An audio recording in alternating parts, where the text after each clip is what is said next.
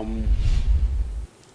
think I'll start with an apology in the sense that I didn't get you together before I announced to the NEC, National Executive Committee of our party, that I will run again.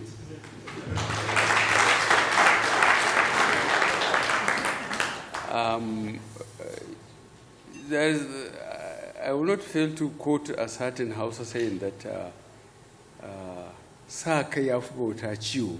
That means empowering self is more than slavery. Nobody is paying you for what you have been doing. Nobody even collected you occasionally to say thank you. But it is because from the bottom of your heart, you voluntarily expose yourself to identifying with me through opposition to success. And after the success, I don't know how many of you people will say, okay, what the hell did you get out of it? You see, you can only get this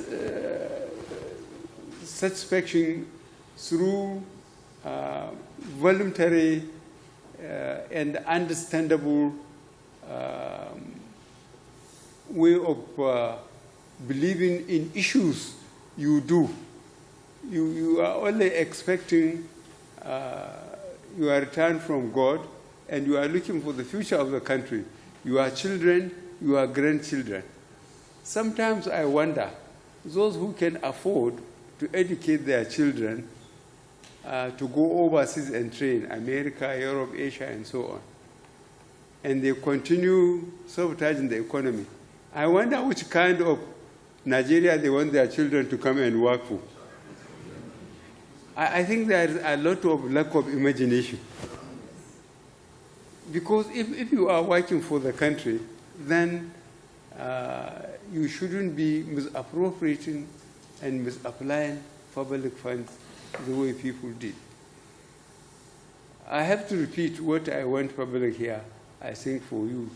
Some of you might not have heard it. Either there's no power in your place, or you don't even have the television. I don't know.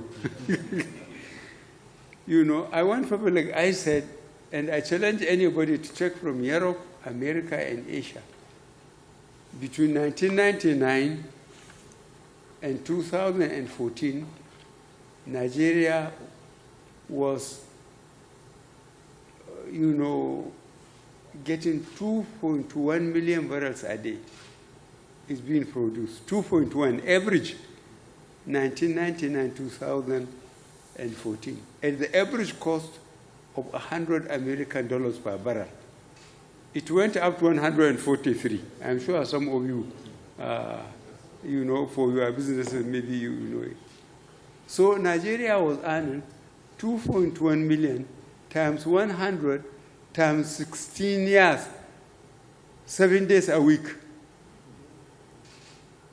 When we came, it collapsed to 37, 38, and it was oscillating between 40 and 50 for some time.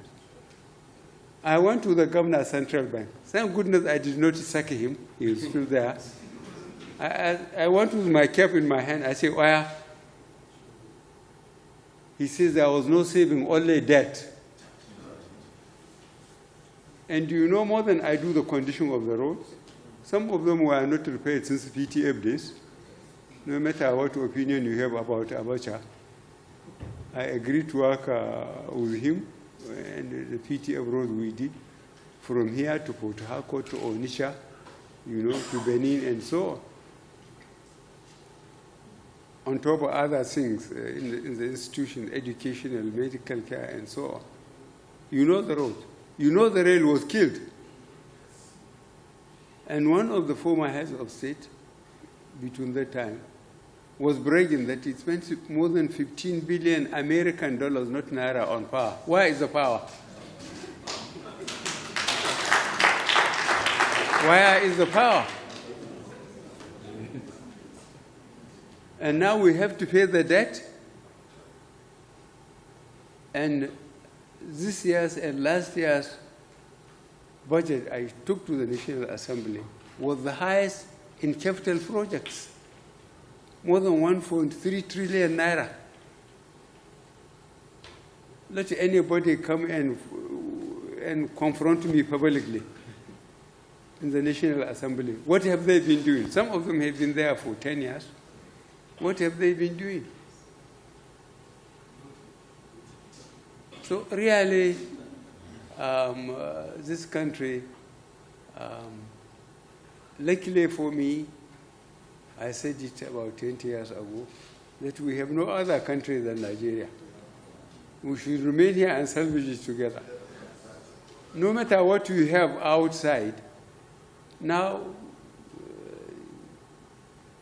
we get some of the people with so many houses here, and maybe in Abu Dhabi or somewhere in America and Europe.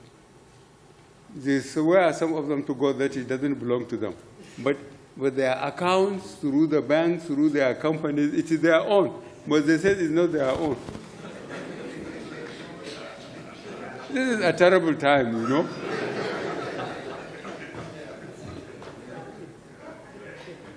It's a terrible time. And the people are saying, what are we doing? Why can't we lock them up? And again, I went on by telling them, I said, when I was in uniform, younger and rather ruthless, I got from the president down, I locked them in Kirikiri. I said, you are guilty unless you can prove yourself innocent. But I myself was locked up. And those who appropriated public funds were given back what they have taken away. Who did anything about it? Then I decided to come and put Agbada. I tried 1, 2, 3, fourth time God agreed. At the third time, I made a statement outside the Supreme Court. My chief lawyer was Mike Ahamba, a Roman Catholic and Igbo man. He had his witness in the box, and he asked a panel of judges that they should check on certain constituencies in certain states to bring us our register so that we can prove that some people, the people that voted there, were not the people INEC submitted. They said, we shall do it. He said, no, you must write it. They wrote it.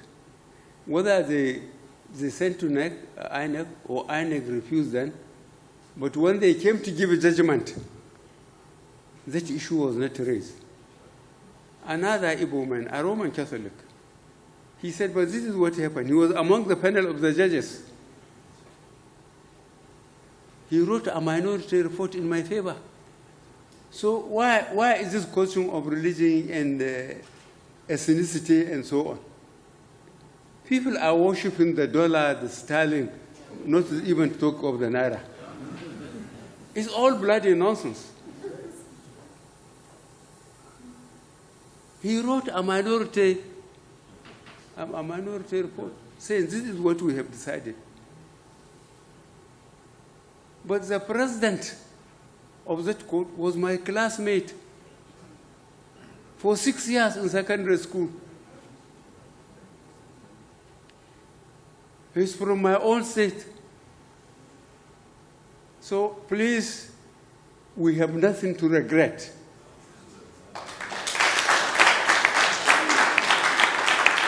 Absolutely nothing. Since we must believe that God works what's in our heart, not our talking. God help us. God help our children and grandchildren. We will try as much as we can, to work and bring this country to its senses. God has given Nigeria everything. We are rich in human and material resources. Let us keep on praying to God that He should put people of conscience in charge at all levels. Thank you very much.